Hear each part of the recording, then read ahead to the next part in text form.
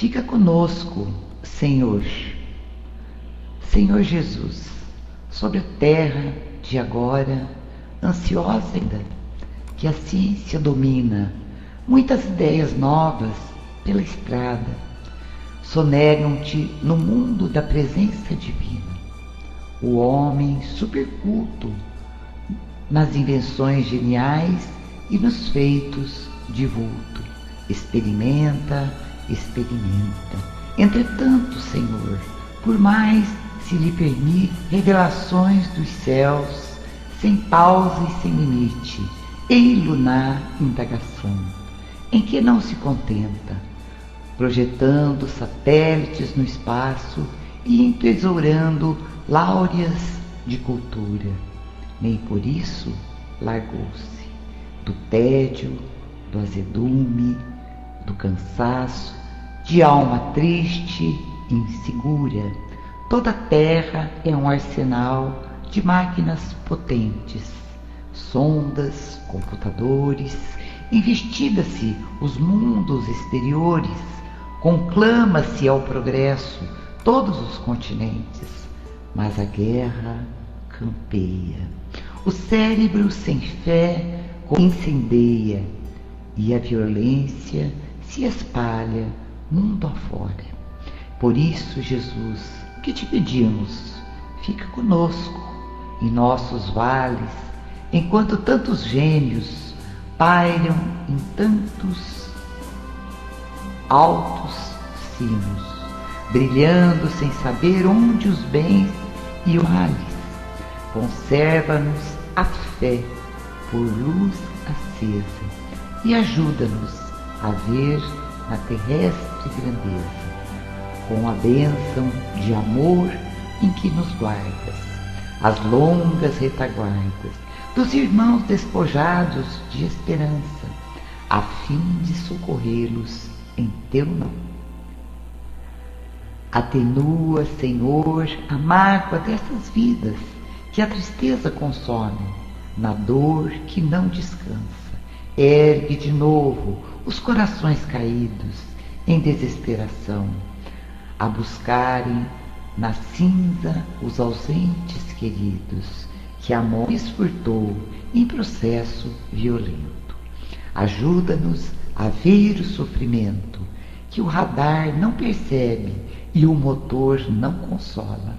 Substituir Jesus pelo apoio da escola, a sombra do presídio que segrega, os irmãos que a revolta ainda inspira e carrega, penhadeiros da existência.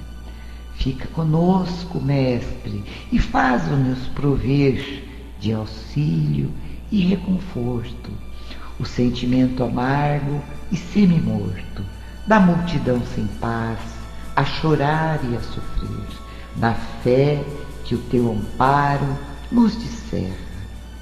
Deus, atingir o coração da terra, faze que o sol da caridade, a irradiar-te as bênçãos de alegria, envolva dia a dia o pão que nutre o bem de toda a humanidade. Não nos deixes a sós e ensina-nos, Senhor, a encontrar finalmente em cada um de nós o caminho de luz do teu reino de amor. Maria Dolores. E assim nós damos por início os nossos estudos de hoje, agradecidos sempre imensamente ao nosso querido, amado e valoroso Mestre Jesus, nosso irmão. Agradecemos também a espiritualidade querida, amiga, que se faz presente, nos envolvendo, e também a todos aqueles nossos irmãos desencarnados que nós somos sabedores, encontram-se aqui para receber o aprendizado. Então, Mestre, mais uma vez, nós te pedimos, fica conosco.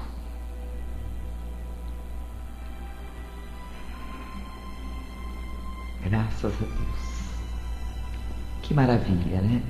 Essas oportunidades que nós temos aqui, quando entramos na sala falando Espiritismo, ou seja, em outras salas espíritas, nós nos transformamos, nós recebemos toda essa vibração amorosa e nos sentimos melhores, porque nós abrimos, né, o nosso coração, receptíveis ao estudo, e principalmente quando trata-se de estudos como o de hoje, que é do livro Roteiro, que nos ensina o roteiro para a nossa evolução, para o nosso progresso. Então, assim, eu passo o microfone, o mic, ao Balk, que pode levantar a sua mãozinha. Olá, apenas um mic. Seja muito bem-vindo. E o estudo sempre, como nós dissemos, ativo, né? Se o Balk não responder alguma coisa durante o estudo, no final, alguma dúvida, alguma colocação, ele vai estar compartilhando aí conosco. Balk, um grande beijo no seu coração e o mic é seu. Estou descendo.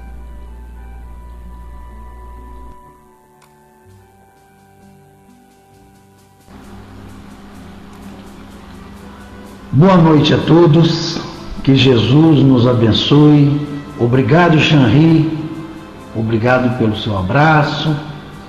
É com muita satisfação que mais uma vez aqui estamos, nesta noite de terça-feira, para darmos continuidade a esse estudo que todos nós estamos fazendo, todas as terças-feiras, às 20h30, com relação a essa obra maravilhosa de Chico Xavier, Psicografia de Chico, o nosso irmão Emmanuel, nos trazendo o roteiro.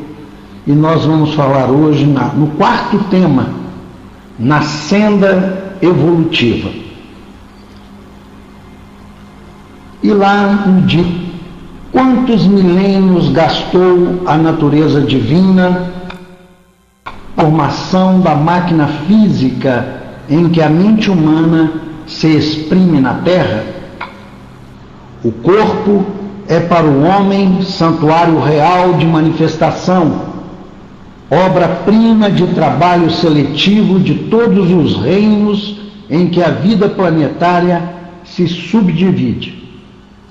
Quanto tempo dependerá desse modo a sabedoria celeste na estruturação do organismo da alma, da sensação à irritabilidade, da irritabilidade ao instinto, do instintia e da inteligência ao discernimento?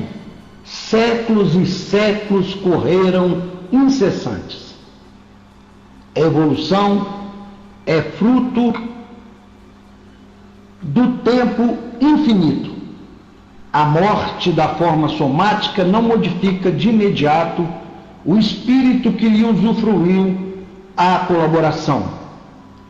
Berço e túmulo são simples marcos de uma condição para outra. Assim é que para as consciências primárias a desencarnação fora a entrada em certo período de hibernação. Aves sem asas não se elevam à altura, aguardam um momento de novo regresso ao ninho carnal para a obtenção de recursos que as habilitem para os grandes voos. Crisálidas espirituais imobilizam-se na feição exterior com que se apresentam, mas no íntimo conservam as imagens, as experiências que armazenaram nos recessos do ser, revivendo-as em forma de pesadelos e sonhos, imprimindo na mente as necessidades de educação ou reparação com que devem comparecer no cenário da carne em momento oportuno. Para semelhantes inteligências, a morte é como que a parada compulsória, por algum tempo diante de mais altos degraus da escada evolutiva que ainda não se acham aptos, sem os instrumentos de exteriorização que lhes cabe desenvolver e consolidar. Essas mentes, quando desencarnadas, sofrem consideráveis alterações da memória. Quase sempre demoram-se nos acontecimentos que viveram e de alguma sorte perdem temporariamente a noção do tempo. Cristalizam-se dessa maneira em paixões e realizações do passado que lhes é próprio, para renascerem na arena da luta material, do quadro moral em que se colocam, desintegrando erros e corrigindo falhas, edificando pouco a pouco as qualidades sublimes com que se transportarão às esferas mais altas.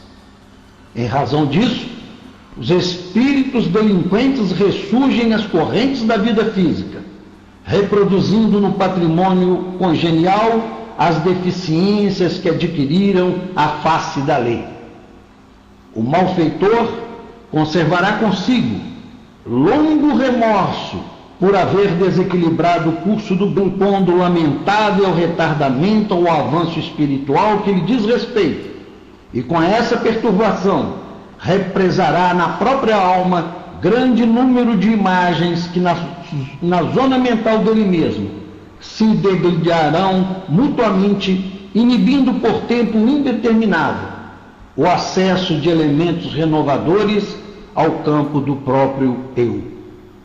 Purificado o vaso íntimo do sentimento, renascerá na paisagem das formas, com o defeito adquirido através do longo convívio com o desespero, ou com a desilusão, reajustando o corpo perispirítico por intermédio de laborioso esforço regenerativo na esfera carnal. Os aleijões de nascença e as moléstias indefiníveis constituem transitórios resultados dos prejuízos que individualmente causamos à corrente harmoniosa da evolução.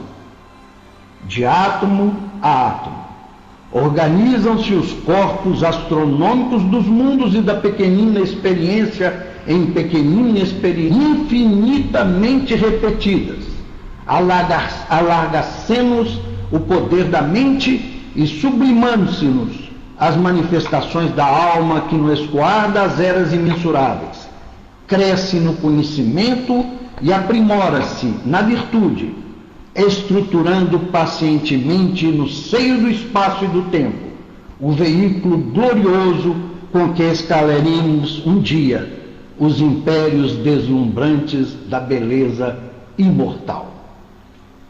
Que beleza, né? Que beleza de página na senda evolutiva.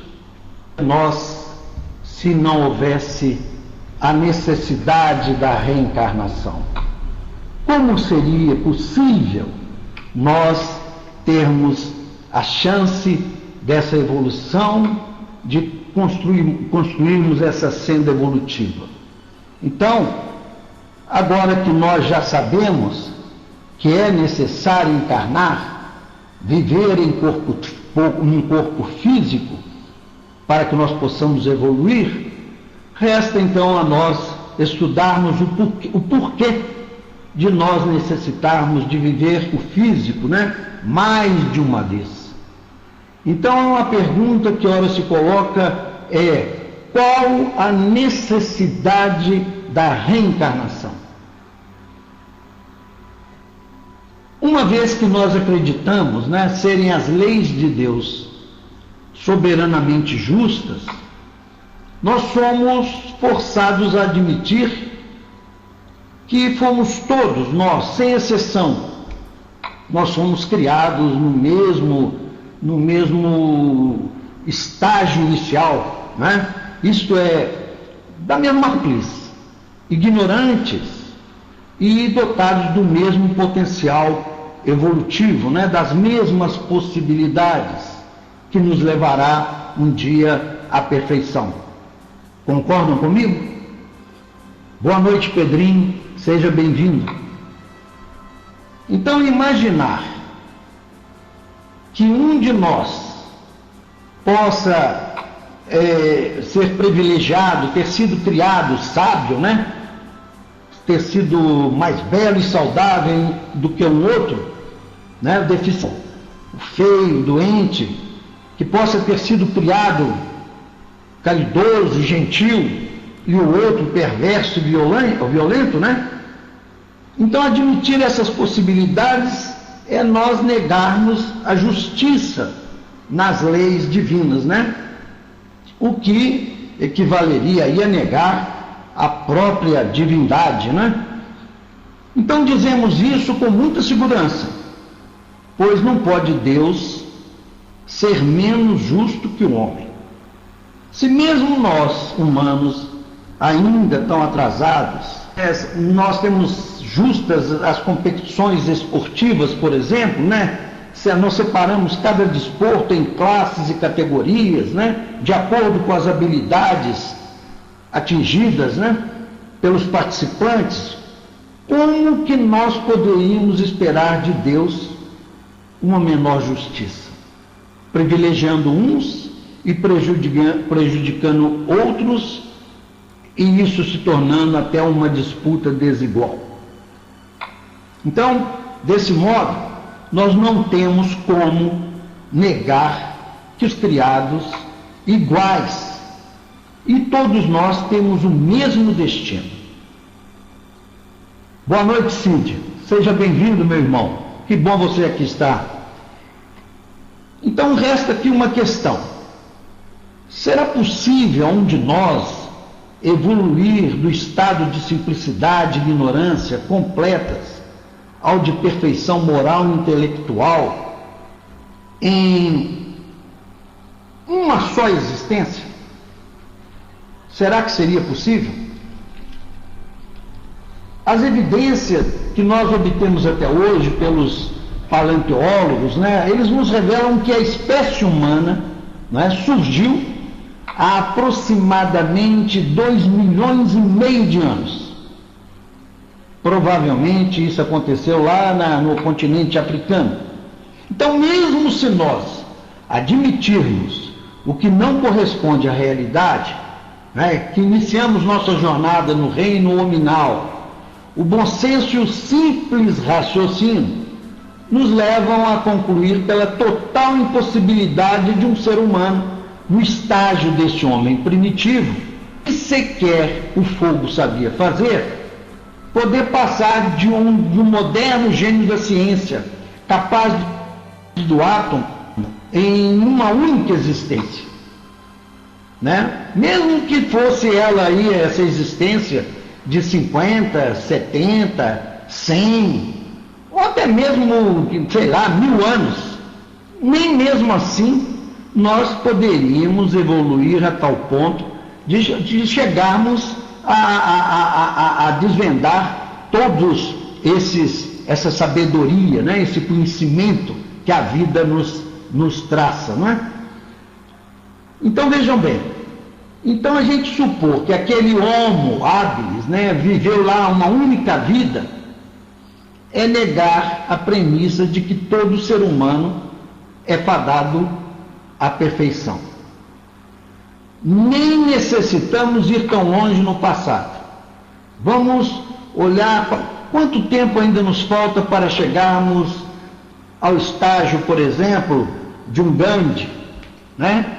De um Chico Xavier, ou de uma Madre Teresa, de uma Irmã Dulce, de um Frei Damião, Quanto que nós teríamos ainda que viver para, com sinceridade, até alguns de nós pode ser tão ingênuo para achar que consegue chegar lá ainda nessa vida, né? Nós podemos até achar que ainda podemos chegar nessa vida.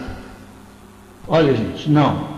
Eu acho que para nós evoluirmos, mesmo no estágio que nós estamos, né, 21, até a perfeição, ainda faltam milênios, e esses milênios requerem de nós as idas e vindas, ou seja, a pluralidade de muitas existências. Fatalmente nós teremos que ainda ir e voltar várias vezes. Então, o que está na origem de nossa necessidade de reencarnar, portanto, é o quê? É a lei da evolução. Então, todos nós somos criados simples e ignorantes, todos o mesmo potencial de evolução, tanto em bondade quanto em sabedoria. E lá no fim dessa nossa jornada, nós seremos todos perfeitos. Nós não dizemos isso por pura especulação e nem tampouco baseados na codificação. Não. Quem nos disse que um dia seríamos perfeitos foi Jesus, né?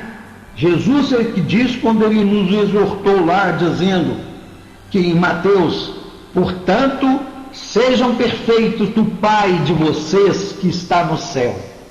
Vejam só, Jesus nos disse isso. Então a perfeição é a nossa meta final. Nós temos escutado, quando em vez, expositores falando em uma tal perfeição relativa. Isso até nos preocupa porque pode levar alguém às conclusões erradas. Desse modo, nós vamos refletir um pouco sobre o relativo e o absoluto. Vejamos, por exemplo, eu até tirei um exemplo de um professor quando ele diz que o mecânico de automóveis, que não erra nenhum diagnóstico e que repara peças e sistemas defeituosos de modo a que o veículo volte a funcionar como se novo fosse, pode ser chamado de um mecânico perfeito.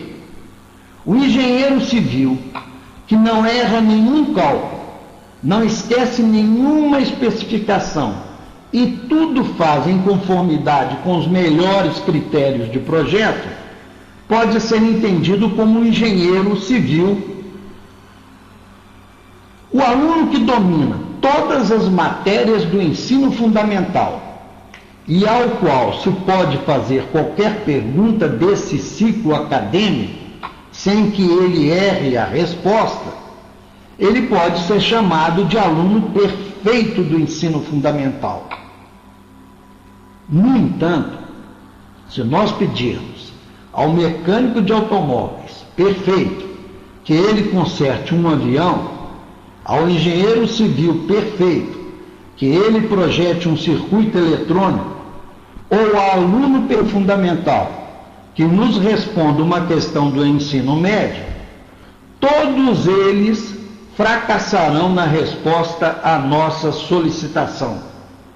Então, fica claro, portanto, que cada um deles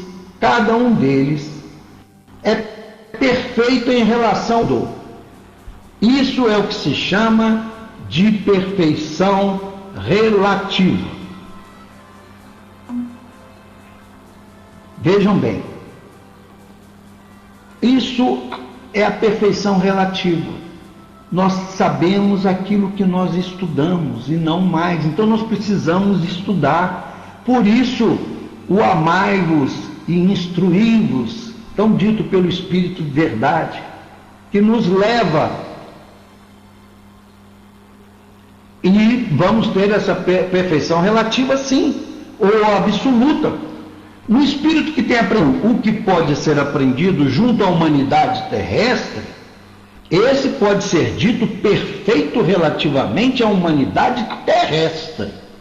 E se ele tiver aprendido tudo o que é possível aprender nos diversos mundos do sistema solar, aí sim ele poderá ser dito perfeito relativamente ao sistema solar.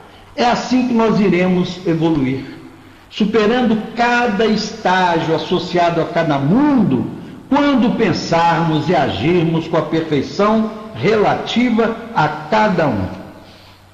Entenderam? Ainda que estudar muito, temos que crescer muito, evoluir muito, infinitamente, porque os mundos, em cada casa, existem muitas moradas na casa do Pai. E nós teremos que vivenciar em saber de todas elas. Nós não podemos perder de vista, no entanto, por mais que nós saibamos, que a cada estágio que superarmos, nos faremos perfeitos em relação a ele, que é a nossa meta final, essa sim, perfeição absoluta. Mas atingiremos a perfeição absoluta quando nada mais houver na criação que não saibamos.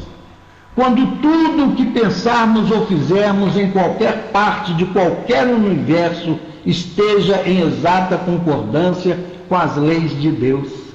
Então, somente nesse estágio final, o relativo deixa de existir, posto que algo que seja relativo a tudo é absoluto para tudo. Então, vejam bem, essa perfeição absoluta, a que dia chegaremos, é a perfeição possível a uma criatura. Como Jesus nos ensinou a ver Deus como Pai, né? De natureza, portanto, é nossa. Então fica claro o que o Mestre quis dizer quando nos exortou, quando ele disse para nós: sejam perfeitos, como é perfeito o Pai de vocês que está no céu.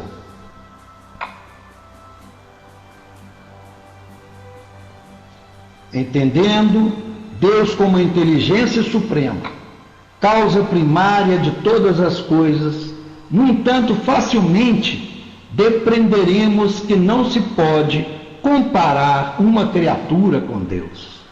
O que podemos ler sobre os espíritos puros na escala espírita, e isso está lá no Livro dos Espíritas, né? No segundo capítulo, capítulo 1, página 113, diz exatamente o que acabamos de falarmos, né? Tendo alcançado a soma de perfeição de que é suscetível a criatura, e vai por aí. Seremos perfeitos ao final da jornada, ativos, mas simplesmente perfeitos. Como nós sabemos, criaturas, não há margem para confusão. Então, como age a reencarnação? Para que nós possamos avançar na senda evolutiva, nós temos que aprender. E para aprender, nós temos que vivenciar experiências variadas. E para vivenciar experiências variadas, nós temos que nos relacionar com a diversidade de outras criaturas que povoam o universo. Nós temos que nascer ricos, para aprendermos a usar o dinheiro visando o progresso da humanidade e não apenas o nosso. Nós temos para aprendermos que não é possível ser úteis aos nossos irmãos, mesmo sem dispormos de recursos materiais. Devemos nascer bonitos para sabermos como utilizar a beleza para influenciar os outros para o bem, com o nosso exemplo de humildade e trabalho. Devemos também nascer feios, para que saibam que a feiura não é obstáculo às nobres ações. Saudáveis devemos nascer também, para sermos motores das grandes realizações. E devemos nascer doentes, para mostrarmos aos que sentem fracos e incapazes o quanto pode aquele que tem força de vontade. Se reencarnarmos em uma sociedade tranquila, teremos muito a aprender. Não mais nem menos, porém, que se nascermos em uma sociedade em guerra ou em outra calamitosa. Vejam bem, é sempre aprendendo, sempre as oportunidades várias que as reencarnações nos possibilitam. Então, as características de cada reencarnação que nós temos, sejam elas raciais, sejam elas familiares, econômicas, sociais, religiosas, elas são sempre as mais adequadas ao estágio de evolução no qual nos encontramos, tendo sido assim cuidadosamente escolhidas pelos nossos protetores e guias espirituais, visando o nosso melhor aproveitamento. E essa escolha também faz parte nossa, nós participamos de tudo isso.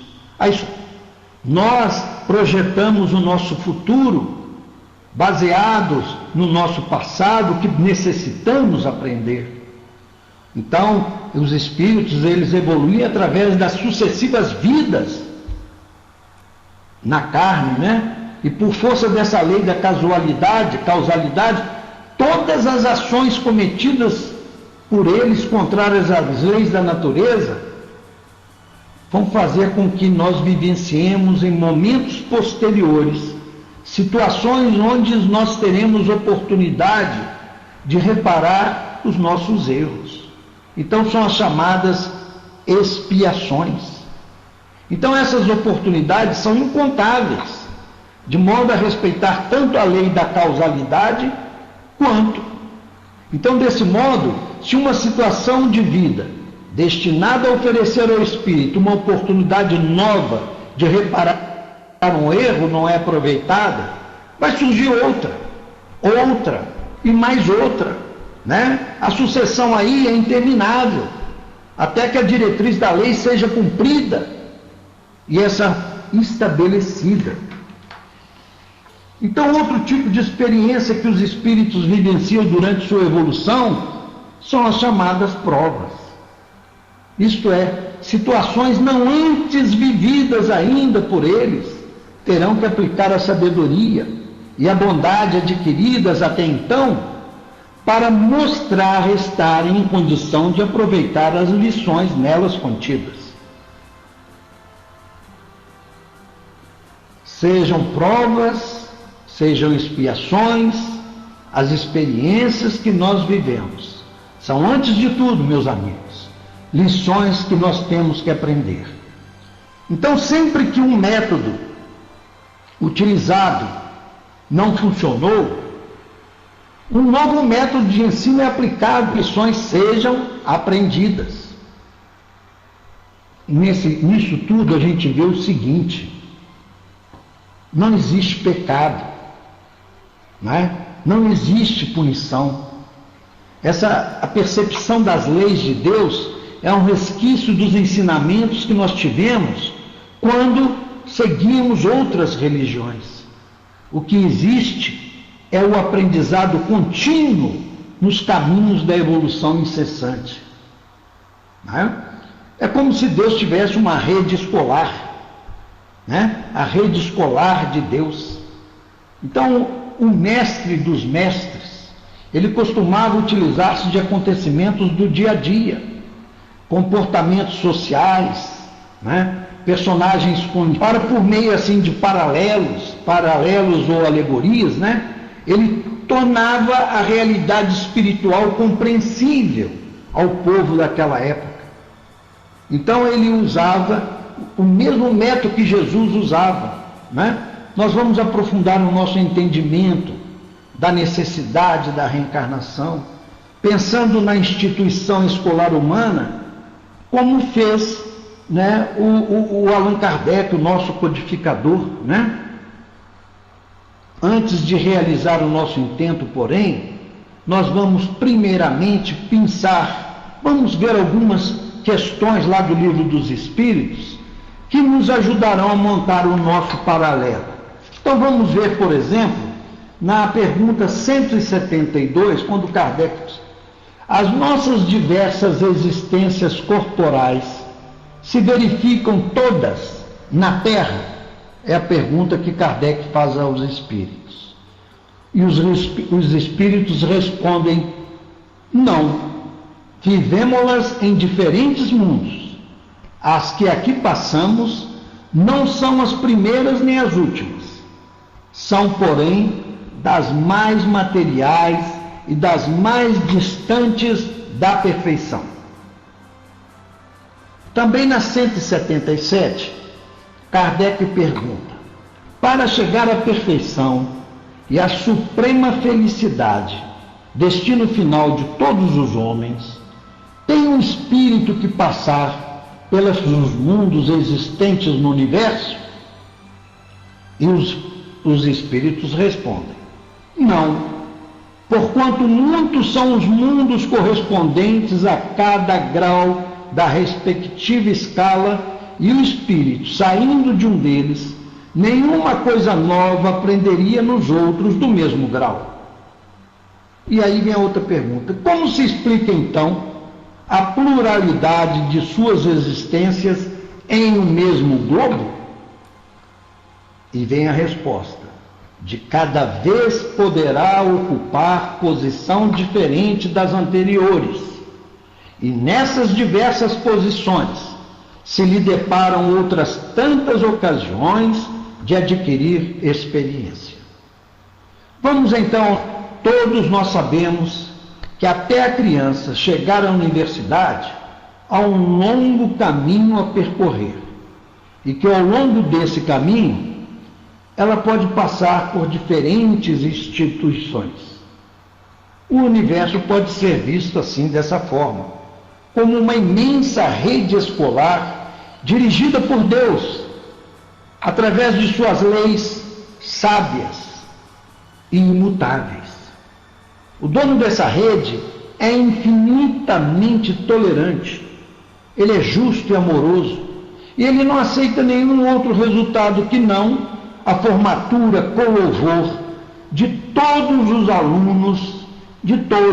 alunos que nela ingressam, dando a eles índices de recomeço.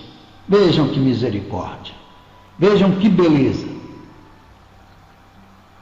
Se algum de nós fracassarmos em uma série por displicência, ele poderá repetir o ano quantas vezes for necessário, cada vez com alguns professores novos e outros antigos, com alguns colegas novos e outros repetentes como ele. Se algum não se adaptar ao método de uma escola, lhe será permitido mudar de escola para alguma onde se aplique metodologia diferente daquela praticada na escola onde ele não conseguia aprender, podendo mudar de escola de novo e mais uma vez, até que se adapte e consiga progredir. Quanta paciência, quanta tolerância, quanta bondade, quanto amor, quanta esperança para todos nós.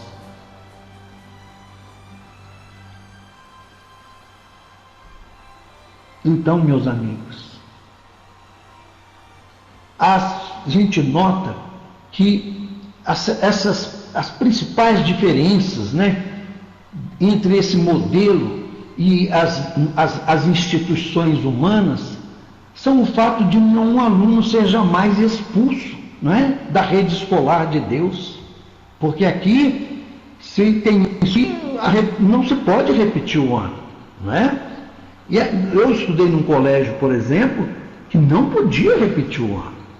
Colégio militar. Colégio militar, o aluno ele era jubilado. Ele saía do colégio, ele era mandado, expulso do colégio. Então, mas na escola da vida, na escola de Deus, nós teremos tantas chances quantas necessárias for, sem exceção. Então vejam bem, a certeza de que todos nós, sem exceção, nós seremos levados da creche, desde o início, até a pós-graduação, do estágio de simples ignorantes até o nosso estágio de angelitude. Quantas vezes nós vamos ter essa chance? Que beleza da reencarnação! Então, nós sabemos que para que nós possamos ter o privilégio de termos na senda evolutiva, esse tempo é fantástico. Mas nós devemos também pensar que não é só essa evolução do princípio da reencarnação, né, que nós temos essa necessidade da reencarnação, nós temos que pensar também na evolução do princípio inteligente. Porque até agora, até por simplicidade, nós falamos da necessidade da reencarnação, né? Pensando somente na fase em que estagiamos assim no reino. Mas na realidade, no entanto, não se limita só desse modo. Tudo na criação está assim em contínua evolução. Evolui o universo em sua expansão assim incessante, como evoluem os astros, evoluem os seres animados e os inanimados. Tudo evolui. Então diz Santo Agostinho, no Evangelho segundo o Espiritismo, no capítulo 3, no item 19, Santo Agostinho nos diz lá que ao mesmo tempo em que todos os seres vivos progridem moralmente, progridem materialmente os mundos em que eles habitam. Quem pudesse acompanhar o mundo em suas diferentes fases, desde o instante em que se aglomeraram os primeiros átomos destinados a constituí-lo, vê-lo-ia a percorrer uma escala incessantemente progressiva, mas de degraus imperceptíveis para cada geração, e a oferecer aos seus habitantes uma morada cada vez à medida que eles próprios avançam na senda do progresso. Marcham assim paralelamente o progresso do homem, o dos animais, seus auxiliares, o dos vegetais e o da habitação, porquanto nada na natureza permanece estacionário. Quão grandiosa é essa ideia indigna da majestade do Criador! Quanto, ao contrário, é mesquinha e indigna do seu poder, a que concentra a sua solicitude, sua providência no imperceptível grão de areia que é a terra, e restringe a humanidade aos poucos homens que a habitam. Criado ignorante, mas destinado à angelitude, o princípio inteligente evolui em sua longa jornada, estagiando nos diversos reinos, habitando em diversas moradas, tornando-se mais e mais complexo, individualizando-se, conquistando a consciência, o livre-arbítrio, adquirindo sabedoria e bondade até o potencial máximo de que foi dotado, tornando-se finalmente espírito puro. Quando falamos em necessidade da reencarnação, não podemos nos esquecer, portanto, que a nossa jornada se iniciou muito antes de ingressarmos no reino hominal. Tudo na natureza nasce, morre e renasce. A reencarnação é uma lei divina e é através dela que o princípio inteligente evolui das formas mais simples da criação às mais complexas. Nós não dispomos aqui de tempo, neste estudo, para que a gente pudesse explorar os mecanismos da evolução em tempos anteriores ao ingresso no reino hominal, Mas sabemos, no entanto, que os animais, as plantas e minerais são todos tão mais evoluídos e sutis quando evoluídos e sutis são os mundos em que eles habitam. Não é difícil, portanto, concluir no que todos os seres vivos e inanimados necessitam, de certa forma, reencarnar, e o fazem do mesmo modo que o homem, migrando de um mundo para outro e permanecendo maior ou menor tempo em cada um, conforme a sua necessidade de aprendizado e conforme o seu estilo. Então, assim, por exemplo, ninguém, deve esperar que aquele cãozinho que nós temos, inteligente, sensível, que nos faz companhia, que ele venha ter assim uma de suas próximas reencarnações aqui na Terra, como ser humano. Claro que não, ele não terá.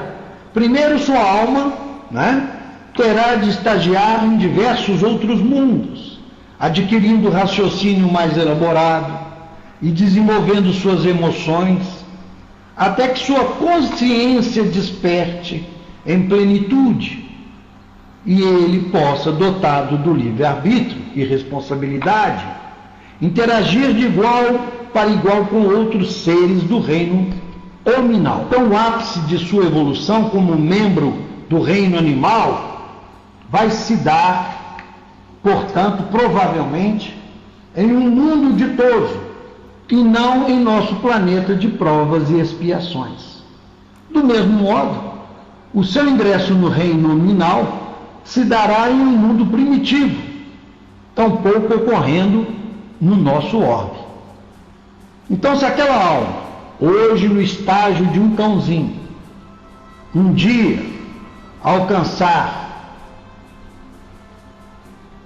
o seu hoje dono na jornada evolutiva, isso não é possível que nós saibamos disso, Porque cada ser evolui de forma diferente do outro, uns acertando mais e outros rápidos e outros bem mais devagar.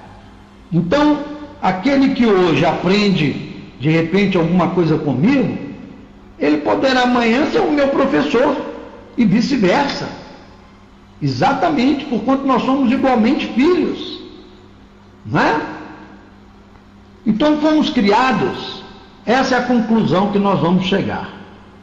Nós fomos criados simples e ignorantes, mas destinados à perfeição. Então a lei da evolução, ela rege todos os seres, todas as coisas.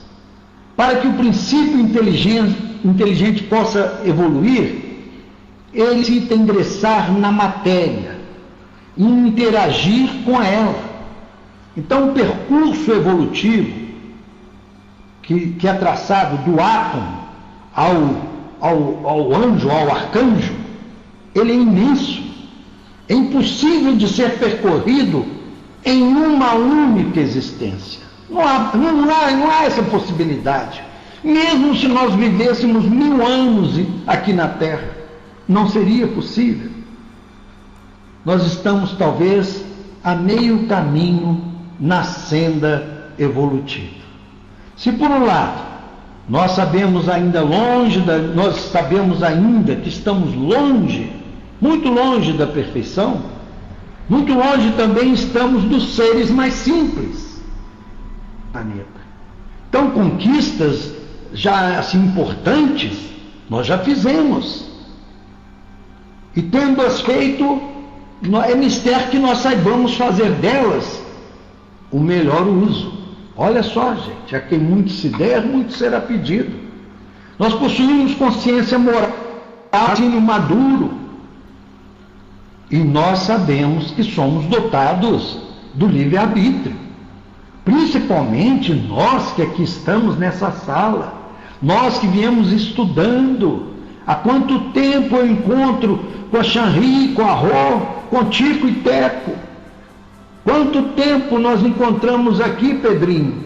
Cid, Dulce, minha amiga Dulce, quanto tempo que nós cruzamos em várias salas aqui no Pautalk, sempre na tentativa de saber mais um pouco dos livros.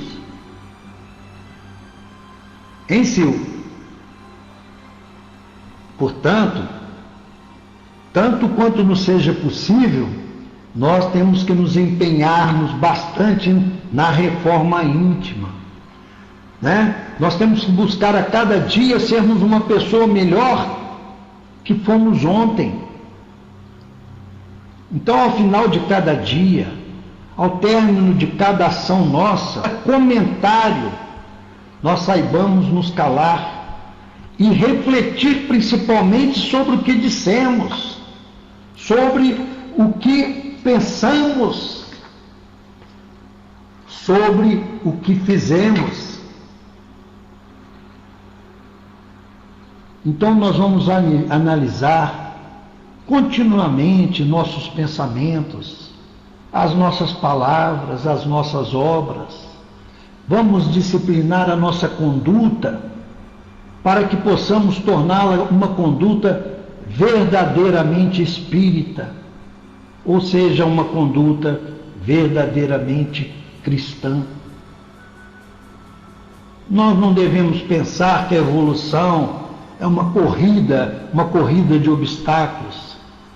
E isso é, no entanto, que a constatação de que temos a eternidade para evoluir, só por isso, não sirva para nos amolecer o ânimo, mas antes como estímulo para nós acelerarmos a marcha, de modo a podermos ajudar aqueles que ficaram para trás, praticando desse modo a verdadeira caridade cristã. Meus amigos, cada página desse livro roteiro nos mostra realmente como estamos corretos ao abrirmos o livro, ao termos esse livro na nossa biblioteca, mas o tanto que nós devemos também tirar o seu conteúdo e alimentarmos o nosso espírito com tudo que ele nos traz, para que nós possamos assim colocá-lo efetivamente em atividade nos nossos procedimentos, na nossa conduta diante daqueles que convivem conosco, diante do próximo que cruza o nosso caminho, aplicando a cada momento as necessidades maiores de realmente entender esse roteiro e mostrarmos que na senda evolutiva é o caminho que nós agora estamos a percorrer e que sabemos que não será dessa vez somente. Podemos sim carregar conosco a luz maravilhosa que Jesus disse que trazíamos no nosso íntimo e colocá-la acesa constantemente a clarear o melhor caminho para a nossa jornada. Então, meus queridos, hoje foi o que eu pude trazer a respeito dessa lição, dessa quarta lição na senda evolutiva. Creio que poderíamos falar muito mais sobre o que nos espera, mas também sabemos que falar é fácil. Agora, a prática, o exercício que nos espera é mais difícil. A Shanri me pergunta se eu posso, a respeito dos comentários, eu vou ver aqui, Shanri, e vou começar. Quando Pedrinho perguntou sobre se teremos a perfeição relativa ou absoluta, vamos ter sim, Pedrinho. A relativa, estudando a cada encarnação o pouco que ela nos permite. E a absoluta, quando passarmos por todas as morais e termos a capacidade de nos tornarmos espíritos puros, que é um tempo que vai demorar bastante ainda, mas que é possível, e é esse o nosso caminho.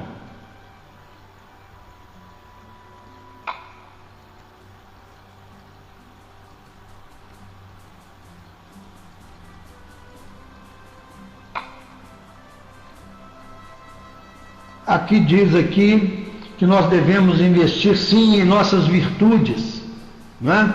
Claro que devemos as nossas virtudes, mas devemos também buscar essas virtudes, né? Muitas vezes trabalharmos elas. Muito mais descartarmos as más, né, que existem em nós, né? Esse é o trabalho, cada dia um pouco melhor.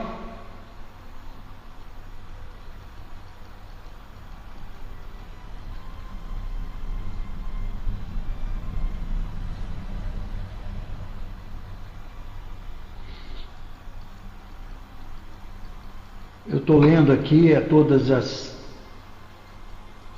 as interações de vocês na área de texto. E o Pedrinho aceitou o conselho da mãe, né? Um abraço à sua mãe, Pedrinho, que ela disse para você vir ouvir uma palavra. Tomara que as nossas palavras tenham encontrado efeito, tenham sido abrigadas em teu coração, porque elas foram ditas com sinceridade, né? Tomara que assim seja.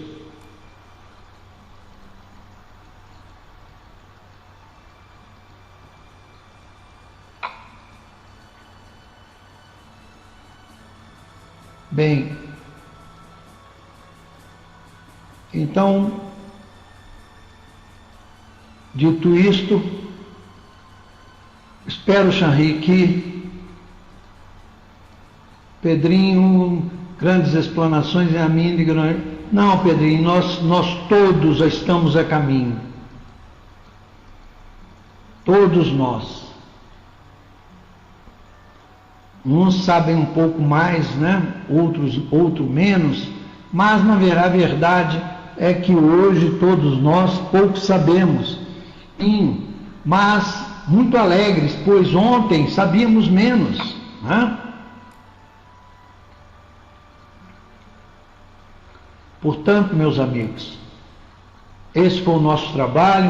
Agradeço a todos vocês, deixo aqui o meu abraço, desejo a todos que possamos estar aqui na próxima terça-feira, quando vamos falar sobre o perispírito. É realmente uma parte da ciência dentro da religião espírita, a qual eu muito pouco sei, mas que o tempo me propicia estudar, e é o que nós vamos fazer, né, até lá. Eu agradeço a todos, muito obrigado a vocês pela paciência, tolerância do agrado de todos, mas vamos acrescentar ainda muito mais sobre esse estudo que ora iniciamos. Muita paz a todos, muito obrigado, Tico e Teco, Rô Estrela, Fernando, embaixador, Jair, muito obrigado, Verinha, a Jimenez, Marcele, Pedrinho, Cid, Simplício, Dulce, Sil e o Carlos Torres. Muito obrigado a todos vocês, e a Xanri, o meu abraço especial, fique com Deus, até uma próxima. Muito obrigado a todos. Passando para você, Xanri, muita luz e paz. Boa noite a todos, tem som? Podemos firmar o som? Ok, muito obrigado. Então, depois desse belo estudo, vamos manter nossa harmonização, nosso pensamento no Mestre Jesus, elevar nosso pensamento a Ele e agradecer. Amado e divino Mestre Jesus, muito obrigado por mais este dia em que me proporcionou estarmos aqui reunidos para estudarmos matérias em teu nome.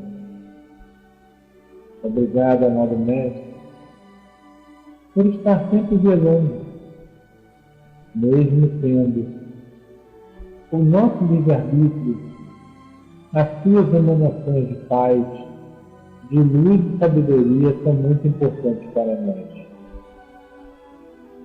E agradecemos sempre pelo conforto em nossos corações, por saber que temos um irmão amoroso e justo, sempre nos